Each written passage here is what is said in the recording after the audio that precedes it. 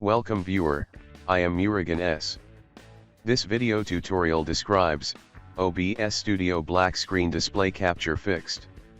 Right-click desktop, click display settings. Click graphics settings.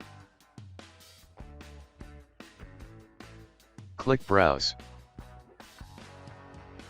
Open C drive, program files. Open OBS Studio.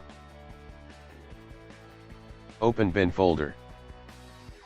Open 64-bit. Add OBS 64.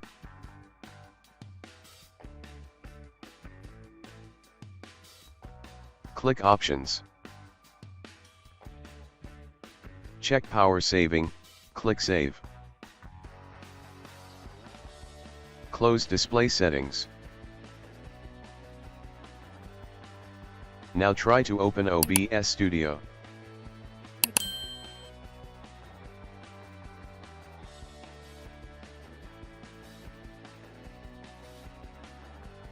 I hope this video tutorial helps to you.